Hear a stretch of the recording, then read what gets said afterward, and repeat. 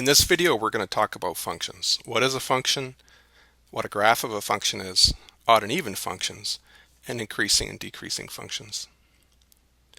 There are many examples of functions in the world around us. The level of blood alcohol, as it depends upon time, the area of a circle as it depends upon its radius, or even the number of different species inhabiting an island is a function of the island area. We define a function as follows. We let D and E be sets. A function f is a rule that assigns to each element in D exactly one element f of x in E. The function f eats x and it spits out some value y. So D is called the domain of f. The range of f is all possible values of f of x as x varies throughout the domain D. So graphically, here's D, and here's E, and the function takes some value x in D, and it maps it to f of x in E. The graph of a function is a set of all ordered pairs x, f of x, where x is in the domain. We normally think of D and E as sets of real numbers, and then the graph of f just consists of all the points x, y in the coordinate plane such that y is equal to f of x, and x of course has to be in the domain of f. So if these are the coordinate axes, the graph of a function is drawn here. I haven't given a formula to it, but it's the set of all points x, y such that f of x is equal to y. There's a vertical line test to see if we really have a function. Any curve in the xy plane is a function if and only if no vertical line intersects the curve more than once. So we see three examples here.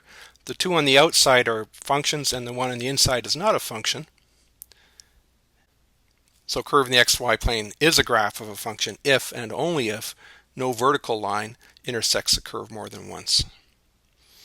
Now we see the example in the middle. If we drew a vertical line, it could intersect twice. So this is not a function. The ones on the right and the left are functions. The formula for the function on the left is f of x is equal to the absolute value of x, and the formula for the function on the right is f of x is equal to the square root of 1 minus x squared. We see that it's the top half of a circle. The domain on the left is all real numbers, or we could also write that as open interval minus infinity, infinity. The domain on the right is x is a real number such that minus 1 is less than or equal to x is less than or equal to 1. Now the range on the left is x is a real number such that x is greater than or equal to 0. We could also write that as 0, infinity interval.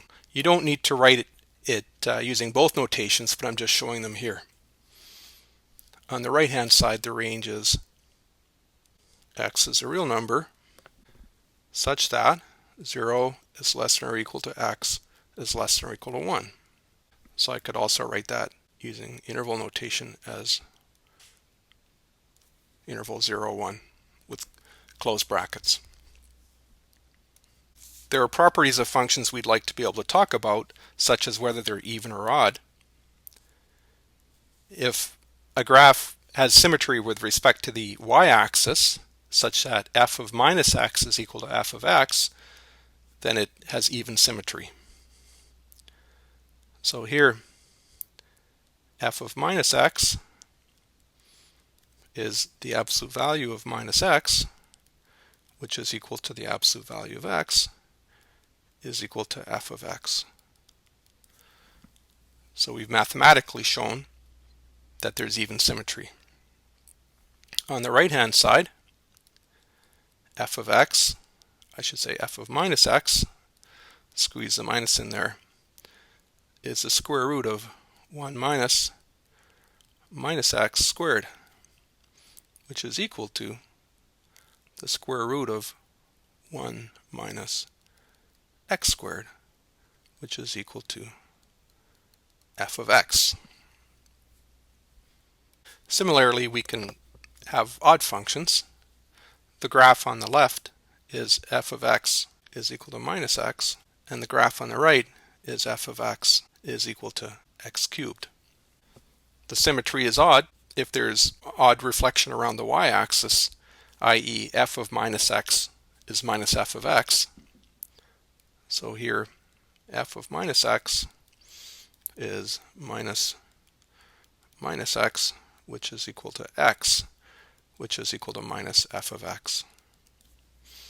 And on the right hand side, f of minus x is equal to minus x all cubed, which is equal to minus x cubed, which is equal to minus f of x. A function is called increasing on an interval if whenever x1 is less than x2, f of x1 is less than f of x2. And it's called decreasing on the interval if whenever x1 is less than x2, f of x1 is bigger than f of x2.